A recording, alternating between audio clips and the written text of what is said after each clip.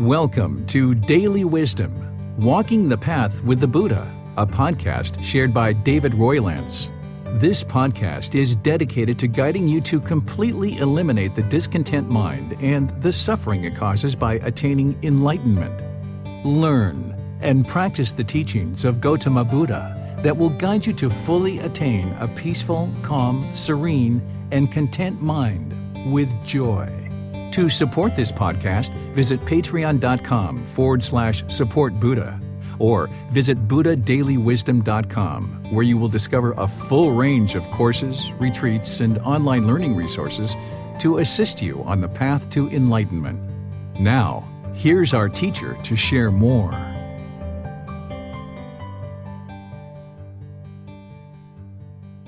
Sawadee Kap. Hello and welcome to Daily Wisdom, Walking the Path with the Buddha. Today is our group learning program where we come together to learn the teachings of the Buddha.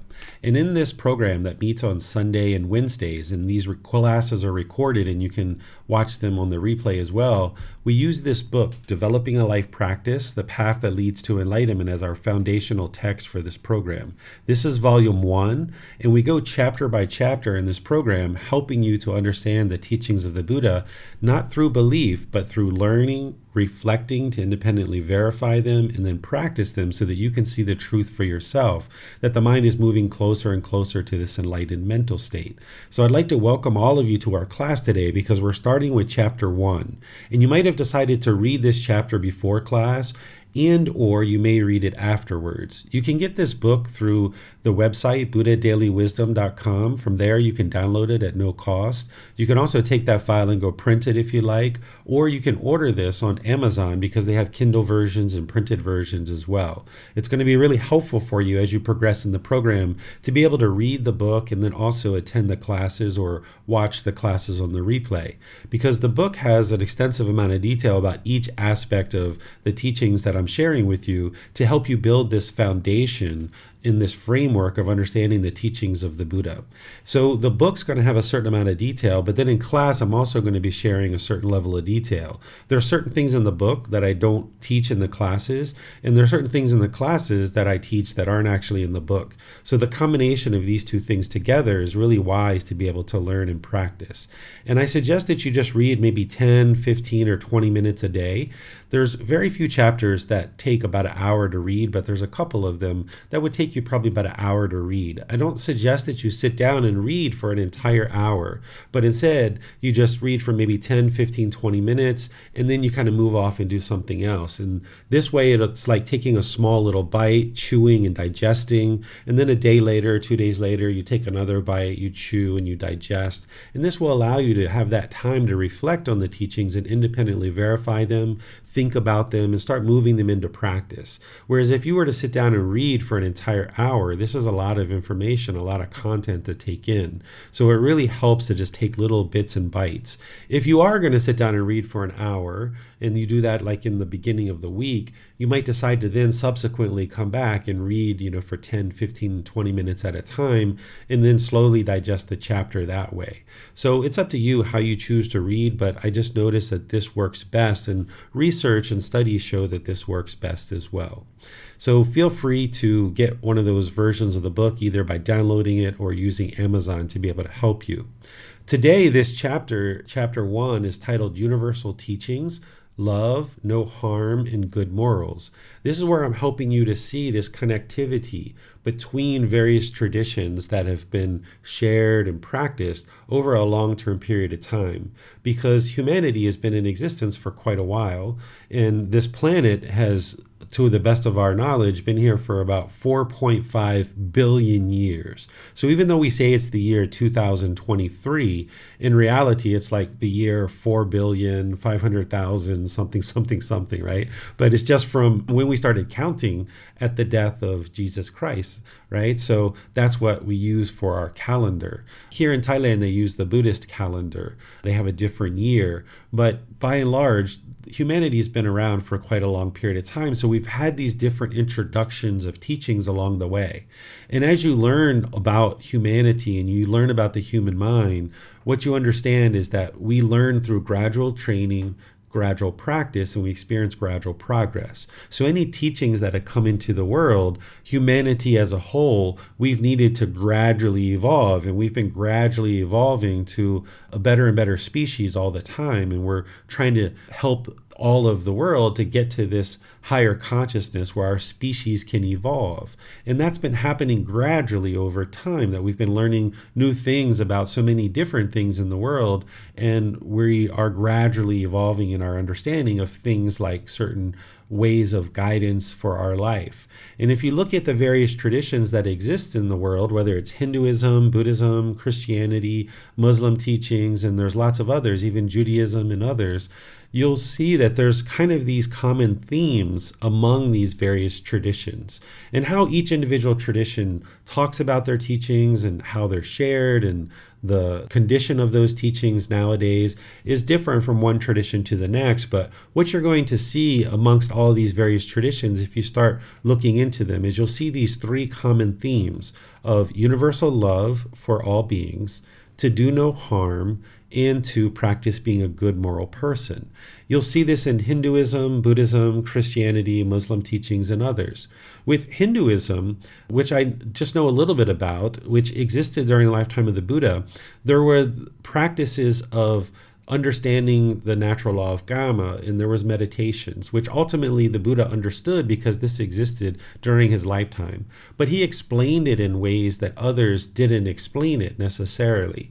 So even though the natural law of Gotama and meditation was happening prior to the birth of the Buddha, who becomes the actual Buddha, what he incorporates into his teachings and the way he explains it is very unique to his teachings. But nonetheless, there's certain teachings about loving certain beings and doing no harm and having good morals.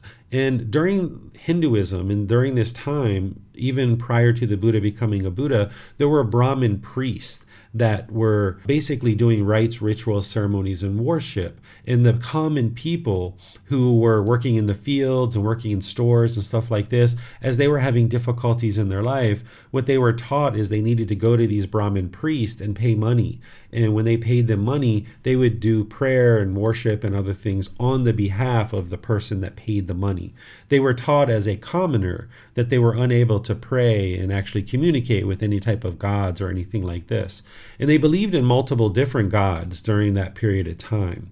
So when the Buddha comes along and sees that this is going on, he realizes that this isn't what's going to lead to a better way of life, because you can't go to somebody else and pay them to do something on your behalf and then you go home and your life gets better, right? We can't accomplish a better result in our life because we don't have the wisdom that we need to make wise decisions. The way that we experience improved results in our life is by cultivating our wisdom, and then when we make better decisions, we'll experience better results. And this also bred a lot of corruption during that time frame too, because you might show up today to ask this person to pray for you and it's $5, and then you show up tomorrow and ask them to pray and it's $10, and you might say, well, why? And it's because I said so. This person just made the decision, right? So there's corruption sometimes that gets built into these kind of systems because people think that they can't do something and it's only these priests that can do it for them. So there was a certain amount of corruption that happened as part of that. But nonetheless, there was certain teachings that were being shared that were beneficial to the individuals. And some of these teachings get brought into what the Buddha actually shares. And during that time, they believed in multiple different gods. So by the time the Buddha starts teaching, he starts sharing these teachings that lead to liberation, to enlightenment, how to train the mind and how to get to this enlightened mental state where the mind is peaceful, calm, serene, and content with joy. The mind can be trained to have focus, concentration, clarity of mind, and deep memory because you're understanding the pollutions of mind and you're uprooting that and getting it out of the mind. And you're understanding that it's our own decisions that lead to certain results that we experience. And the Buddha is helping you to see that not through belief, which a lot of traditions are oftentimes based on. He's helping you to see it through guidance of understanding this natural law. And as this natural law is explained, you learn it, you reflect on it to independently verify it, and then you practice and see the truth that the condition of the mind is improving because the discontentedness is gradually diminishing. You see that something that once arose anger in the mind, that as you train the mind, maybe now that same thing occurs and you only experience frustration. Then you train some more and that same thing occurs and you feel irritated or annoyed. And then you continue to train and that same thing is happening and you just feel peace and joy. You don't feel that anger that you used to feel in the past. And this is how you know you're learning the truth. So you're learning now, reflecting now to independently verify the teachings. You're practicing now, and then you're experiencing the results now. This is a very unique way of teaching that the Buddha was able to share because he was a fully, perfectly enlightened Buddha. He discovered the teachings by himself without the guidance of any teachers. He then dedicates the rest of his life from the age of 35 to 80 to share the teachings with others. So he has a lot of time to be able to share the teachings and make sure people understand them and get to the point where they experience the results. And then the teachings are preserved in such a way that countless more people get to enlightenment after his death. So he really speaks in a way that allows people to independently verify the teachings and experience the results for themselves. But during his lifetime, there was belief in multiple gods. And the Buddha talks about God in his teachings. There's this misperception in the world. There's this myth that the Buddha denied the existence of God, and this actually isn't true. He talks about different gods during his lifetime because that's what people believed in. But he also referred to this one particular God, kind of the God of all gods, which was Brahma. And he referred to this God as Brahma, like a Muslim might call this God Allah, or in English, we just say God. So in the teachings of the Buddha, he doesn't make God a central role in his teachings because it's not God who determines whether you get to enlightenment or not. It's your own decisions. It's this natural law of Gotama, of cause and effect, or action and result. And the Buddha essentially puts the power in your own hands that you're able to learn, reflect, and practice his teachings and experience this improved condition of mind, and you can actually see that it's really working. So he delivers these teachings that liberate the mind, having drawn on some of the things that people were already understanding during his lifetime. He evolves humanity a bit further, but then explains it in such a way that is very clear, very concise, very precise, and he delivers this entire package of teachings that allows somebody to get to enlightenment and liberation, and they can see that they've actually done that. Then, about 500 years after the death of the Buddha, Jesus Christ comes along. Jesus Christ comes along and needs to perform all kinds of miracles in order to convince people who he was, so that they would know that when he said there's only one God, that people would then believe him because they saw all the miracles. And then he's explaining like, hey, essentially the reason why I'm able to do this is because of God, and there's only one. So he convinces the vast majority of the world that there's only one God if people have an understanding of God. Some people, of course, aren't interested in that, and that's fine. You can actually still get to liberation. You'll see that in chapter 18, I share with you, and we'll talk about this when we get to that point, how you can get to enlightenment without a relationship with God, and you're able to do that. And then I'll teach you, if you would like to maintain a relationship with God, how to get to enlightenment in that way as well, because there's certain things that we've been taught growing up, and our mind's been conditioned to believe that God's judging us or punishing us or rewarding us, or that we should pray to God for certain benefits, we should fear God, and all these other kinds of things, which isn't going to help you get to enlightenment if you continue to think that way. So I'll be able to teach you as part of chapter 18, if you'd like to have a relation with God, how to do that, but your enlightenment is based on your own decisions. And then if you're not interested in a relation with God, I'll teach you how to do that too, because some people might have hatred or anger towards God, and it's helpful for you to learn how to eliminate that so that you can liberate the mind from that. But nonetheless, Jesus Christ shares these teachings during his lifetime that help people to come to the conclusion where the vast majority of the world nowadays, if they have an understanding of God, feel that there's only one particular God. And of course, there's still some people in the world that think otherwise, but this is what Jesus contributed to the world as his main objective. But also in Jesus's teachings, there was a certain amount of moral conduct that he actually taught. And he taught universal love for all beings. things. Where the Buddha might have said loving kindness and compassion, he taught, love thy neighbor, and he taught about not harming, and he taught about good morals and kind of moral conduct. He even taught the natural law of Gotama, of cause and effect, or action and result. Jesus said, you reap what you sow. This is the natural law of Gotama, just spoken in a different way than what the Buddha described it as. And then he even taught rebirth, because he said, I will come again. This is the rebirth of Jesus Christ, that he is saying that, that he's going to come again. He's going to be reborn. So this is even the cycle of rebirth. And we see these other commonalities between teachings. And also where Jesus talked about him being a savior and a prophet or a messenger, he also talked about being a teacher. And he talked about, not worshiping any false gods and things like this. And this is where I feel the Buddha's teachings really help an individual who might be coming from that kind of background. Because students who learn from me are typically coming from lots of different backgrounds. And if you've been taught this kind of thing, then the Buddha's teachings are actually ideal, because there are no rites, rituals, ceremonies, and worship. You're not worshiping anything. The Buddha never said that he's a lord, even though other people might refer to him as a lord. And there's even some people that refer to him as a god, but Buddha never said that he was a god or a lord or a savior or a prophet or a messiah or anything like that. He was just a man. He was just a teacher who shared teachings, and he never taught anybody to worship him or anything. So you can actually understand Jesus Christ's teachings and not feel guilty or shameful or fearful that you're learning the Buddhist teachings, because these teachings of other teachers help to kind of build us up to a point where we might be open to learning teachings like from the Buddha. There's even Christian priests and ministers who learn the teachings of the Buddha and live alongside of Buddhist monks. And they say it helps them to be a better Christian by learning about the teachings of the Buddha. So these kind of things can actually occur. And then we've got the teachings of Prophet Muhammad, which also have some of these same themes of universal love for all beings, doing no harm, and good morals.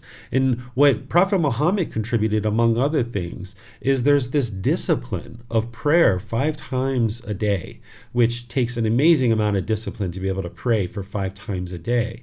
And there's also a certain amount of generosity that's practiced in the Muslim tradition, where it helps you to let go of selfishness, and you give and you share. And all of these things can be seen as a natural progression of humanity as we're learning more and more about these universal teachings and these different traditions, as humanity's mind is moving closer and closer to evolving our species.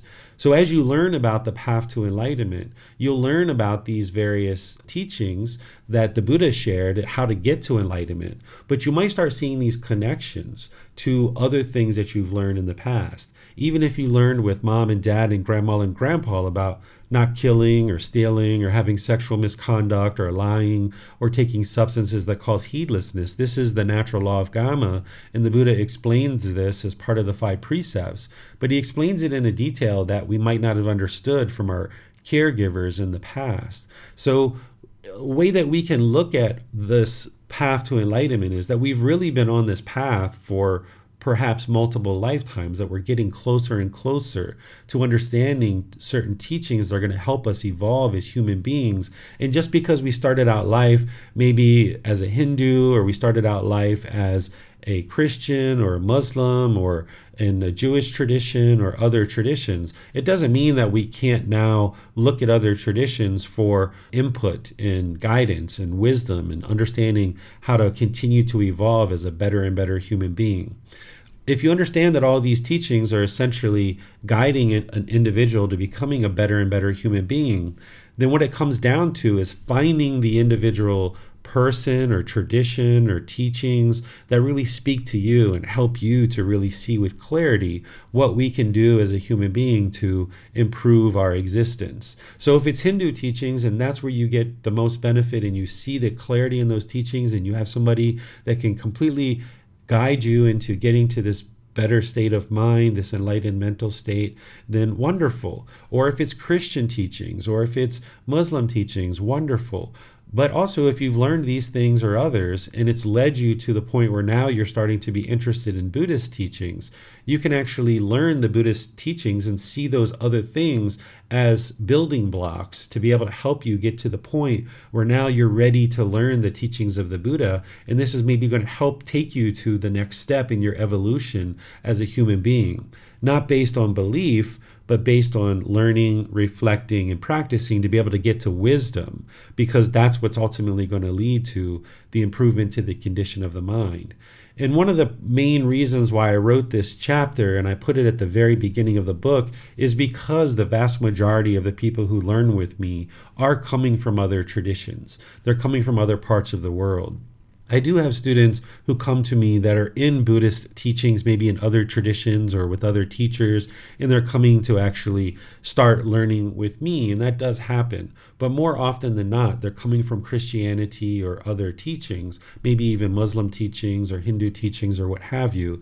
And this particular chapter was meant as a bridge to help you to understand that it's okay that you're learning teachings that are maybe different than what you learned growing up, and that this can help you to observe that many traditions of teachings are founded in these universal teachings. And these universal teachings can be common themes, but if you can find one particular set of teachings that really guide you and help you to understand how to progress forward in life, then this might be the tradition for you that can really help you. Because if you were in college, or if you were at elementary school, or if you were in some other learning event, if you're going to learn about marketing, for example, you might have had 3, 4, 5 different professors, but there's one particular professor that was really impactful for you and helped you to learn marketing or management. Or if you went through elementary school, middle school, high school, or basically your first 12 years of schooling, there might have been one teacher who was really impactful in your life. And as part of that, you really remember that teacher and they really helped to move you forward in life. And what's important is that you find that particular teacher and that set of teachings. And for me, those teachings are Gotama Buddhas. Because they're not based in belief, that I can independently verify them and I can practice them and I can see the improvement to the condition of the mind based on what he taught and how you actually practice the teachings. A fully perfectly enlightened Buddha is going to be clear, concise, and precise about what it is that they're sharing. Where with Jesus Christ, even though I understand those teachings very, very well, his teachings were only delivered for about 1 to 3 years before they murdered him and they killed him. And unfortunately, he didn't have enough time to be able to share with individuals that once he died, that people would deeply understand what it is that he actually shared and be able to then communicate it through written text like what we call the Bible. So if Jesus would have lived out a full natural life and he wasn't murdered early in his life, then who knows what we would have actually gotten from him in terms of teachings. But nonetheless, he served his objective. He shared a certain moral conduct, which is very similar to the teachings of the Buddha. He connected it to what we would call the natural law of Gotama, or you reap what you sow. He introduced just a little bit of the cycle of rebirth, and there's actually teachings and historical records that say he may have even introduced more than just a little bit about the cycle of rebirth, that he might have actually shared a whole lot more than that. So Jesus did what he needed to do, but we're kind of lacking a certain amount of wisdom around those teachings because the people who actually wrote them down didn't necessarily recall them in the same way, and there's been lots of changes due to impermanence over time. And the same thing with Muslim teachings too. There's been lots of iterations of the Quran, and Muslims sometimes aren't quite sure if what they're reading is truly what Prophet Muhammad taught or not. So if you find a set of teachings in a teacher that can really help you to understand these universal teachings, where you can learn and practice teachings to get to this more clarity about this path in life and how to move forward and evolve as a human being, that's what you would ultimately like to get to. And this chapter that I wrote in these universal teachings provides this bridge to help you walk across. Whether it's Hindu teachings, Christian teaching, Muslim teachings, or what have you, you can walk across this bridge and make your way towards a better, improved life by understanding that you can learn the teachings of the Buddha, and it will help you in life. And it may even help you understand the teachings that you grew up with. If you grew up with something other than Buddhism, or even if you grew up with Buddhism, learning with the clarity of the words of the Buddha and a teacher who can guide you can actually help you to get more clarity on what it is that you were learning as you were growing up. Another reason why these universal teachings can be so helpful for you is that if all else fails, if you're trying to put together the Eightfold Path and remember right view, right intention, right speech, right action, right livelihood, right effort, right mindfulness, right concentration, you're trying to remember the 5 precepts and all these other teachings that you're going to learn as part of this path. If you're ever in a situation where you just can't quite figure it out and you need to make a decision, you can always look to the universal teachings. And if you can make a decision based in the universal teachings, then there's a good chance that it's going to actually work out well for you, where you can have universal love for all beings, doing no harm, and being a good moral person. So the clarity in which the Buddha describes how to do this, to me, is like second to none. It's really clear how the Buddha teaches about having universal love for all beings and doing no harm and being a good moral person. And then these other traditions, depending on the text you have, the teachers you have, how well they understand the teachings, you might have a certain level of clarity there or not. And what I'm suggesting is that you can find a set of teachings that are clear and a teacher that can really help you along to understand these teachings. So let's understand what these 3 universal teachings are in detail as it relates to the teachings of the Buddha, because that's what I'm sharing with you is the teachings of the Buddha, and you can start connecting this to how you practice in daily life. And then you may even see these common themes that I'm talking about. If you're familiar with other traditions, then you might see these common themes. If you haven't learned any other traditions throughout your life and you're just starting with Buddhism, outstanding. You're going to learn what it is that the Buddha actually taught. But you'll maybe see some common themes here from the universal teachings over to other traditions that you perhaps were exposed to. But it's really helpful to approach the teachings of the Buddha on their own merits. Sometimes when people are learning something new, they might think like, oh, that's just the same as this.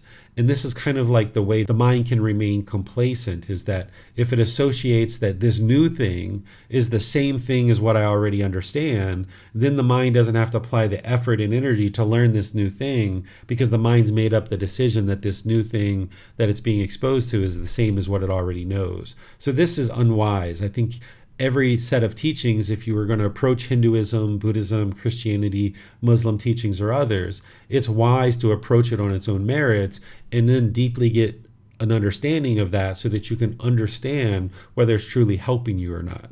So this universal teaching that I'm sharing, and this isn't from the Buddha, these are 3 things that I noticed as part of the commonality amongst all these teachings, is that there's this universal love for all beings, or of all beings. This is what the Buddha teaches, this is what Hinduism teaches, Christianity and Muslim teachings and others, that we should have this universal love for all beings.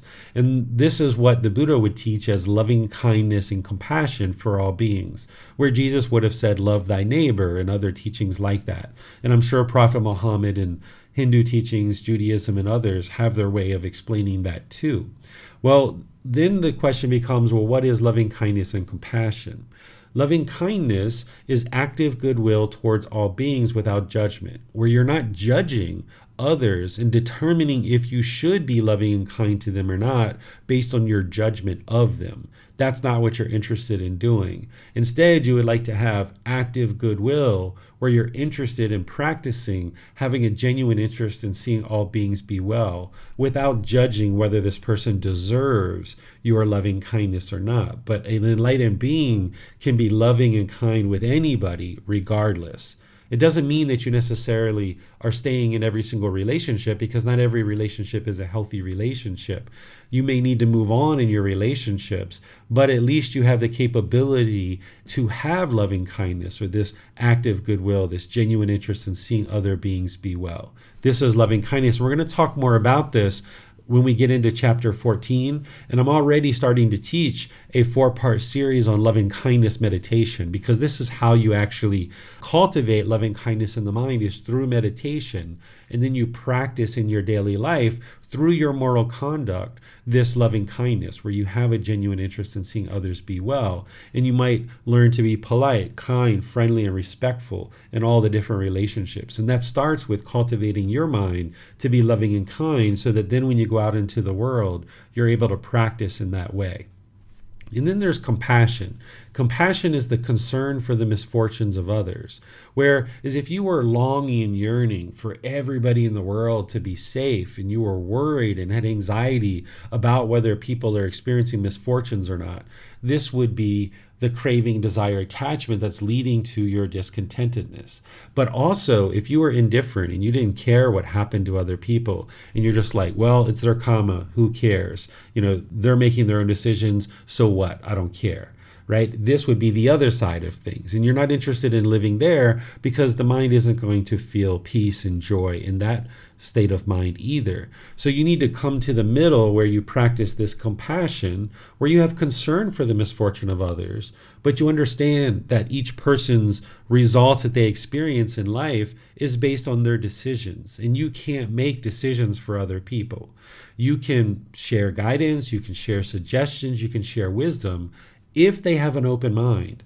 Because if you're forcing or pressuring somebody to understand what you understand, that's going to put tension in your relationship, and people are going to go away. But if you can maintain this middle with your loving kindness and compassion, then you can have this interest in seeing all beings be well. You can have this concern for their misfortune and be willing to share with people and help people along, but you know that it's going to come down to their decisions, because you are impermanent in their life and you can't make decisions for everybody. They have to make their own decisions. So the best thing that you can do is just kind of be in a parallel process in their life, offer them advice, offer them suggestions. If they say yes, what do you got? And you share it with them, and they follow your guidance, wonderful. If they don't, then that's wonderful too. That's fine. They're making their own decisions, and they're going to experience their own results. But also, if you offer advice and guidance and they're not interested in what it is that you have to share, and they say, no, I'm not interested, you need to be content and peaceful with that too. Because if your mind experiences discontentedness when they say, no, I'm not interested in your advice, if you're experiencing discontentedness there, that's because you have a craving to help them, and you're not yet in the middle way with this compassion. So you're going to need to bring this loving kindness and compassion to the middle. Otherwise, there's going to be discontentedness on either side of that. Then there's this second one, which is do no harm. This is where in Gotama Buddha's teachings, he teaches right intention. And there's 3 aspects of right intention. But focusing in on 2 of the aspects of right intention, where he talks about practicing non-ill will and harmlessness, where non-ill will is essentially goodwill, because it's a double negative. Non-ill will is goodwill. So this comes back to practicing not being interested to harm others, or practicing this harmlessness, where you're not interested in causing harm to others. Because if you understand the natural law of Gotama, of cause and effect, or action and result, then you start to come to understand that any harm that you put out is only going to come back to you. And you can't escape that harm. You can't run and you can't hide. You're going to experience it in this life or some future life. So a wise individual would come to the conclusion that if I'm putting out harm and now this harm is going to come back to me, then let me figure out what is the wisdom of making wise decisions that I no longer cause harm in the world. And that's where the Eightfold Path and all the teachings of the Buddha, he's sharing that with you to help you understand what things you're maybe doing now, or what things you can do to improve, so that you can now make wise decisions around things like your intentions, your speech, your actions, your livelihood, and others. And this will help improve your decision making, so you're no longer causing harm and you're practicing harmlessness. And as you're doing this for a long-term consistent period of time, you'll see that your personal professional relationships will blossom, because you're not putting out harm to others. And you'll see that your mind will become more focused, concentrated, clear, deeper memory. You'll have more peacefulness and joy in the mind, because you'll understand with wisdom how to practice in the world. Where oftentimes we think we're doing wise things, we think we're doing wholesome things, and we're making certain decisions in life, and then it blows up in our face, and we're like left with not understanding why. And we're conflicted of, did we do something wrong? Did somebody else do something? What is it that happened here? What's the real problem? And we're oftentimes struggling and having difficulties to figure out where is the real problem in this relationship. And anytime there's a problem in a relationship, you can be sure that there's issues on both sides. Oftentimes, what the unenlightened mind is interested to do is blame other people for the problems that you experience in your relationships. A person might think that 100% of the problem is the other person. But this is just the ego. This is just the conceit, wanting to blame somebody else and thinking that I'm perfect and everybody else is the problem. But a wise person is going to understand that anytime a relationship has rub or has difficulties, then there's something that both people were doing that caused this relationship to no longer go forward. And what a wise individual would do, in my opinion, is look at the things that they did that contributed to this situation so that now you can improve that and you can get better for the future. Even if you come down to realizing that, not that you would be able to do this, but if you came down to the conclusion that you were contributing to 10% of the difficulties in this relationship, well, figure out your 10%. Because if you can figure out your 10% and improve that, that means that in your next relationship, you'll be that much better. But typically it's much closer to 50%, right? But even if it's 1% and the other person is causing 99% of the problem, even if it's just 1%, figure out your 1%, because then you're going to be that much closer to enlightenment. You're going to be that much closer to improving your relationships for the future, and you're not going to have difficulties and struggles in your future relationships. So where you're looking to practice harmlessness, you will practice that and you will try to do that the best of your ability, but you're not always going to be able to do that because you're in the process of getting to enlightenment, and there's still pollutions in the mind. There's still going to be certain harmful things that you do without necessarily realizing it. And that's where you reach out to your teacher, or you consult the books, or you come to class, you ask questions. There's lots of ways for you to get help, that where you're having difficulties and challenges, you reach out to your teacher and get help. A Buddhist teacher is essentially like a life coach, where we don't charge you a fee, we don't charge you money, we don't make decisions for you, but instead we're here and we're available for you to reach out and get help, whether it's learning the teachings, whether it's applying the teachings in your life and you're not quite sure if you're applying them properly. Maybe you're having challenges at work or in your personal relationships with your life partner, your children, or others. You can reach out and you can get help. And then there's somebody that can advise you based on the natural law of Gotama. Again, we're not making decisions for you. We're just sharing with you about the natural law of Gotama, and then you make whatever decisions that you like. So to get to this point where you're doing no harm, it's going to take some work. It's going to take some effort. And you dial that in closer and closer, starting with right intention, where you set the intention in your mind that you're not interested in causing harm to any beings. And now you start focusing your effort on figuring out the wisdom behind this natural law of Gotama, of cause and effect and action and results, the results of your decisions about how to function in the world in a wise way that doesn't cause harm to others. And then this is where being a good moral person comes in, because you're going to need to understand moral conduct in order to be able to improve your life practice and improve the results that you're experiencing, improve the professional relationships and your personal relationships. As long as we're unwise about our moral conduct and we're continuing to speak in certain ways or communicate in certain ways, we're choosing to act in a certain way, we're choosing to sustain our life and a livelihood in a certain way that's causing harm, if any of these things are causing harm, that harm is going to come back to us. So the Buddha is explaining in the natural law of Gotama, and as part of the Eightfold Path and the connected teachings, of what is right speech, right action, right livelihood based on this natural law. And you're going to need to work to understand that, to learn it. Then you'll reflect on it and start to independently verify whether it's true or not based on your direct experience of past experiences that you've had. And then when you start practicing it and you bring your practice up more and more to that, then you'll be practicing this good, wholesome moral conduct. And again, you'll see your personal and professional relationships blossom. And that's how you know that you're headed in the right direction. And where you need help, you reach out to your teacher and ask for help. So it's these three universal teachings of universal love for all beings, doing no harm, and being a good moral person that's going to guide you towards becoming this better and better human being and allowing you to now experience different results in your life.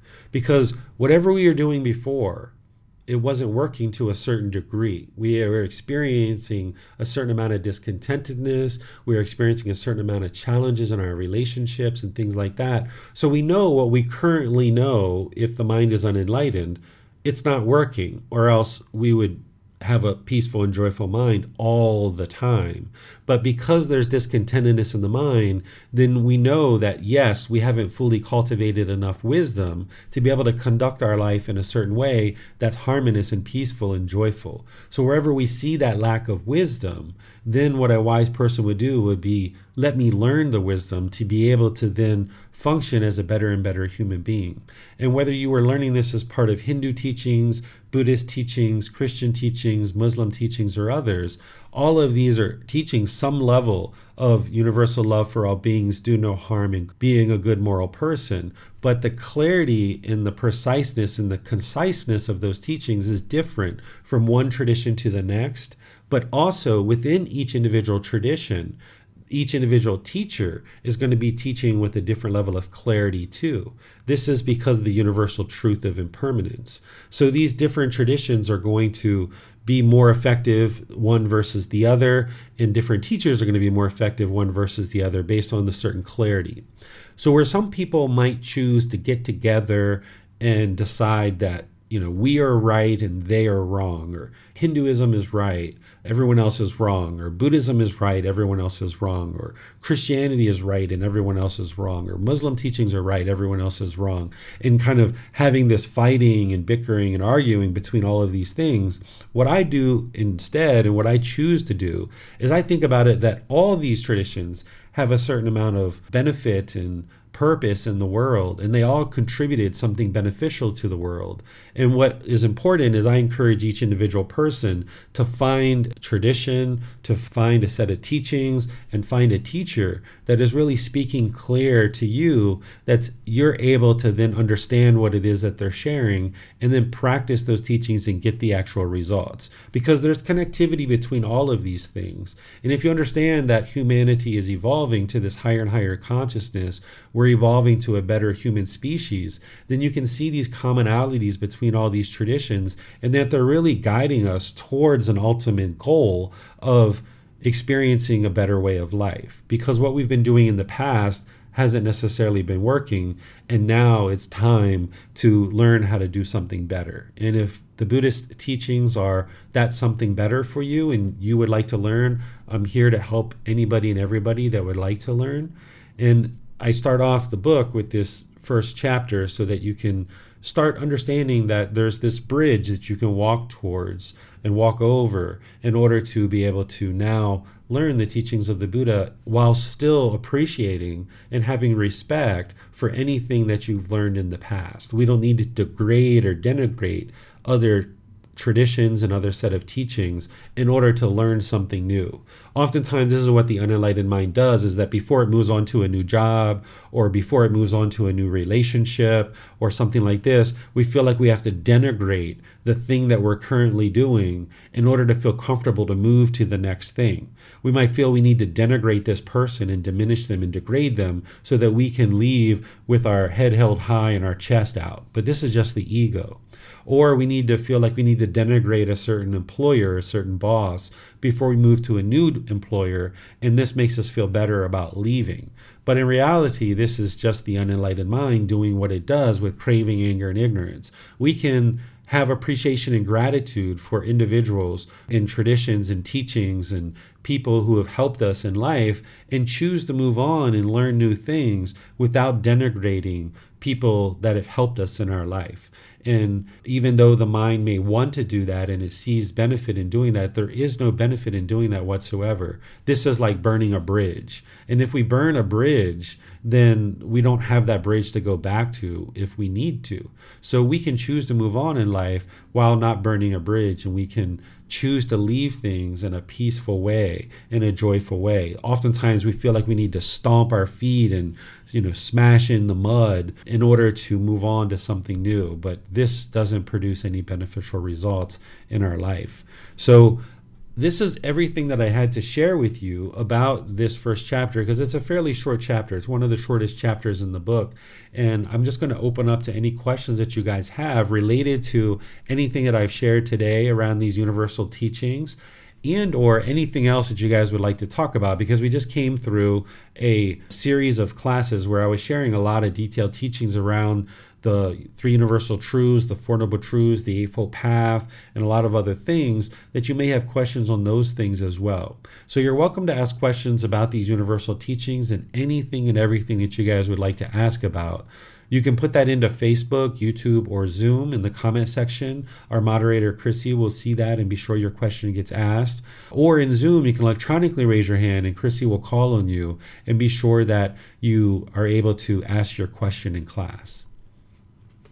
Thank you, sir. Mercy has her hand raised.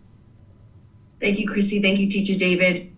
My question is, I'm looking to get some kind of guidance on how to handle. Teacher David, your guidance today has just been so beneficial to me, and it has brought this question where I have been told that my energy is too high, and I do my job too well, and it's overwhelming the people I work with. And I'm wondering, when you speak of like the denigration, which I kind of almost felt like that was something that I was kind of almost practicing, kind of like denigrating the old to kind of bring in a new kind of way of doing things. And my intention was to, see the well-being of all people.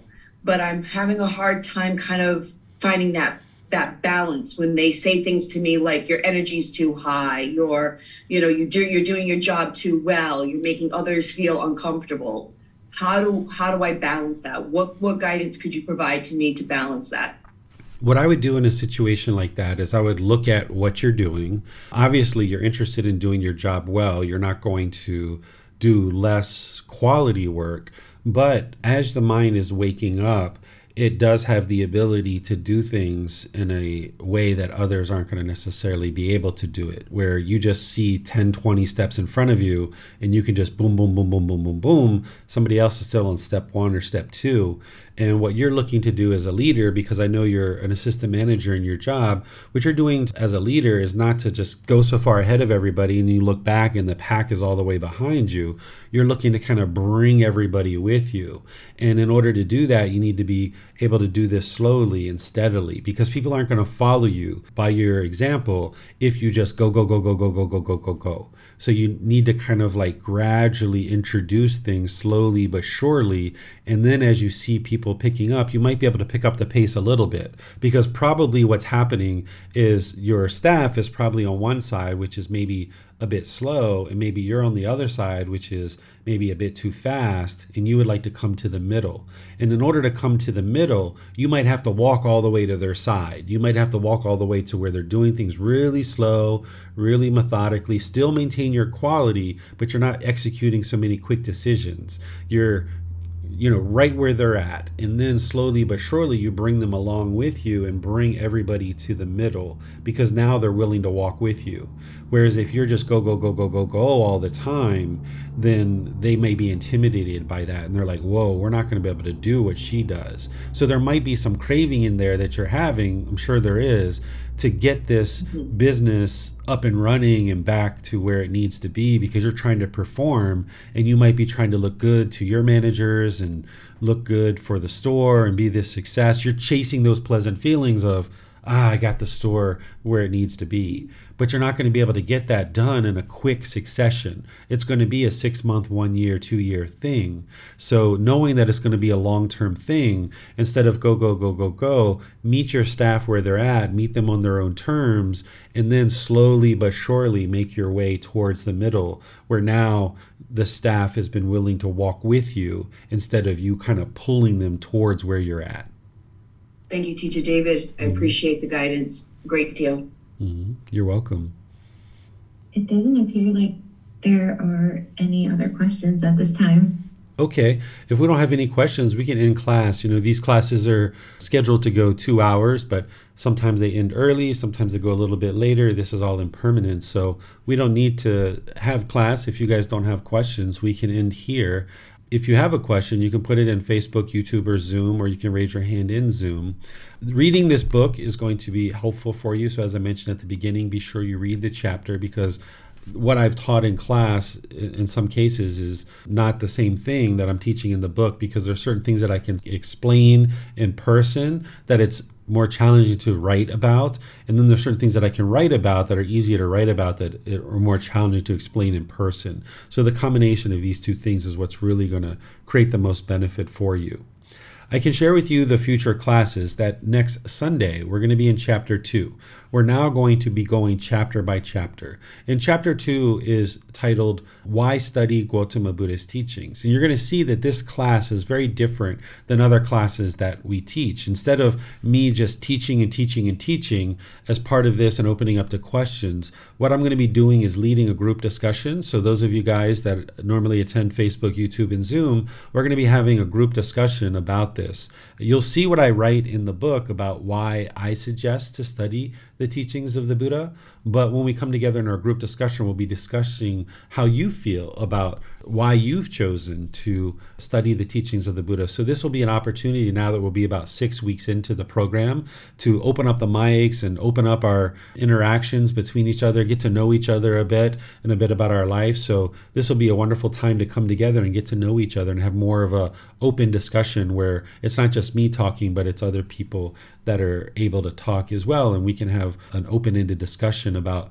why we've chosen to study the teachings of the Buddha. And then on Wednesday, I'm going to be sharing the second part of that 4-part series where I'm teaching loving kindness meditation. On this past Wednesday, I introduced you to loving kindness meditation and I taught you how to do it and why we would do it. And we actually did a session together. If you haven't seen that, you may be interested to go back and look at the replay on Facebook, YouTube, so that you can learn loving kindness meditation, because that's an important part of your practice.